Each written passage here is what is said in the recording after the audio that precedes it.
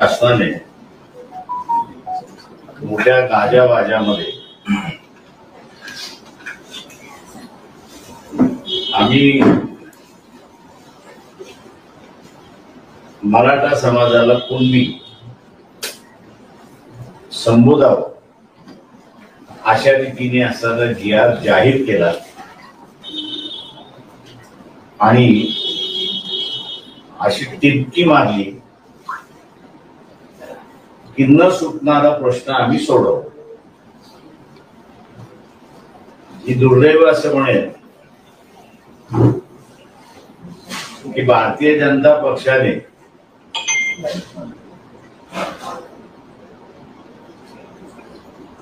सर्वांनाच फसवलं. समिती होती, समितीलाही फसवलं होतं. ज्युडिशियल कमिटी होती, शिंदे होते, त्यांनाही फसवलेलं आहे. आणि त्याच्याच बरोबर मराठा समाज, जरांगे पाटील आणि कुणबी यांनाही फसवलंय अशी असताना परिस्थिती.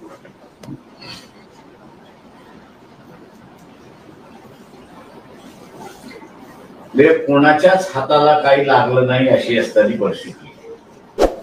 वंचित बहुजन आघाडीची जी भूमिका होती की ओबीसीचं आरक्षण ओबीसीलाच राहिलं पाहिजे आणि मराठा समाजाला आरक्षण द्यायचं असेल तर त्यांचं ताट हे वेगळं असलं पाहिजे, तरच मराठा समाजाला आरक्षण मिळू शकतं. ती भूमिका शासनाने घेतली नाही. तर शासनाने सर्व मराठा हे कुणबी समजावेत म्हणून असा जो जी.आर. काढला,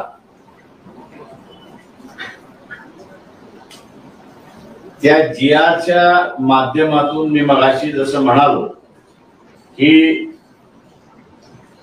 पूर्णपणे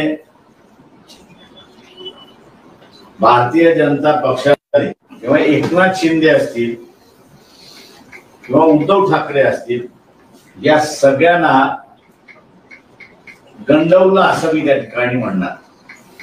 फसवलं सुद्धा असं म्हणणार नाही, पण भारतीय जनता पक्षाने त्यांना पूर्णपणे गंडवलं असं मी त्या ठिकाणी म्हणणार आहे. आणि त्याचं कारण असं आहे की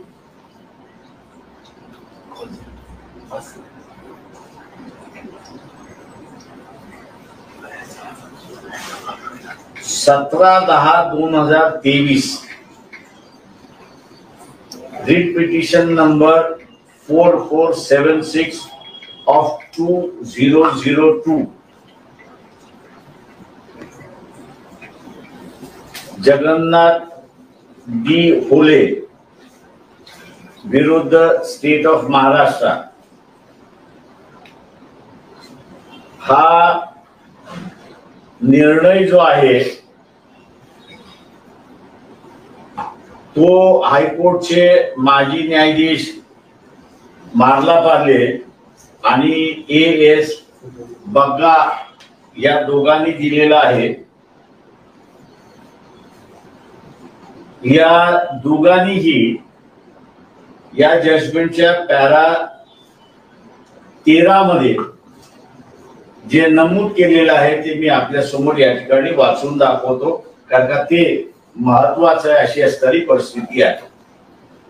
if the impugned decision which is based on sole document is accepted in the instance case, the entire Maratha community in the state of Maharashtra will have to be accepted to be belonging to Kunbi dash other backward classes, and this would result in nothing short of social absurdity.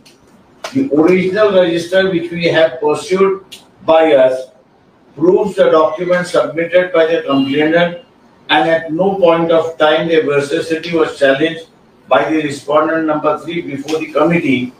The committee decision, the decision of the committee validating caste claim of respondent number 3 is without reason, and the conclusion arrives in the impunged decision totally lacks the educator parameter as the Caste Verification Act has been brought into force from 1810-2001, the committee is quasi-judicial body and its findings are required to be supported by reasons on assessment of evidence placed before it by the respective parties.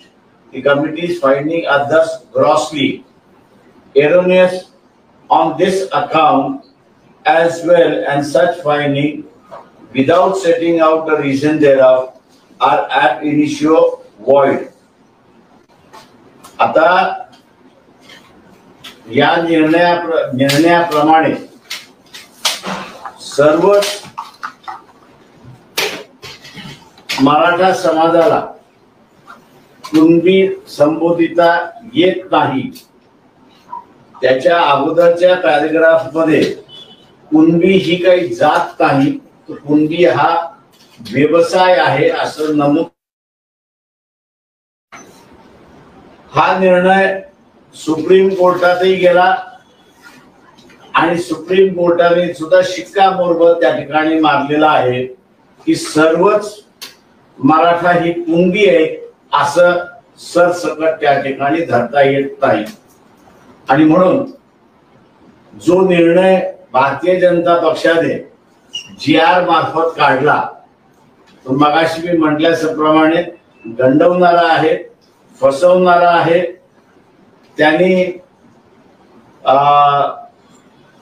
Radhakrishna Vikhe Patil त्यांची समिती होती त्यालाही फसवलंय, गंडवलेलं आहे. Justice Shinde यांची committee होती त्यालाही त्या ठिकाणी गंडवलेलं, फसवलेलं आहे. जरांगे पाटील आंदोलनात बसले होते, सगळे कार्यकर्ते त्यांना असताना फसवलेलं आहे, गंडवलेलं आहे, अशी असणारी परिस्थिती आहे. जेव्हा सुप्रीम कोर्टाने असं म्हटलेलं आहे की सर्वच मराठ्यांना कुणबी म्हणून आपल्याला संबोधता येत नाही, त्यावेळेस हा GR बेकायदेशीर आहे, कायद्याला धरून नाही, एका इस्टॅब्लिश निर्णयाच्या विरोधात आहे. आणि म्हणून जो काही आनंद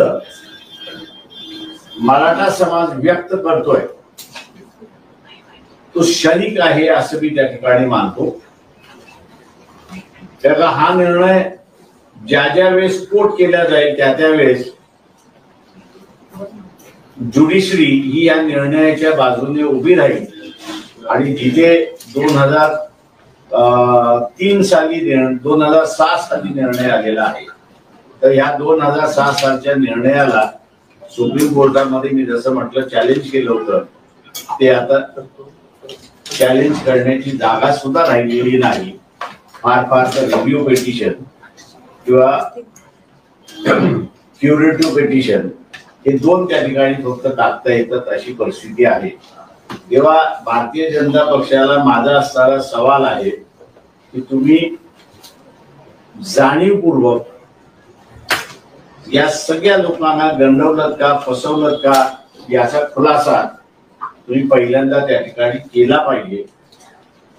आणि दुसरा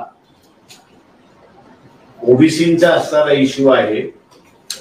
हे जजमेंट जरी अस्तित्वात असलं तरी ओबीसीना स्वतःच्या अधिकारासाठी लढावं लागेल, मोर्चे काढावे लागतील, आंदोलनं करावी लागतील, बैठका घ्याव्या लागतील.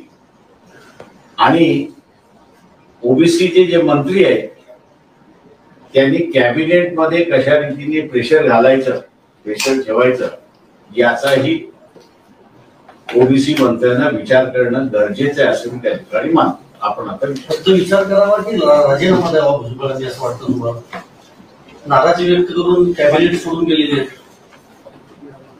आता तो त्यांनी ठरवायचा आहे की राजीनामा द्यायचा की न द्यायचा हा त्यांनी ठरवला पाहिजे.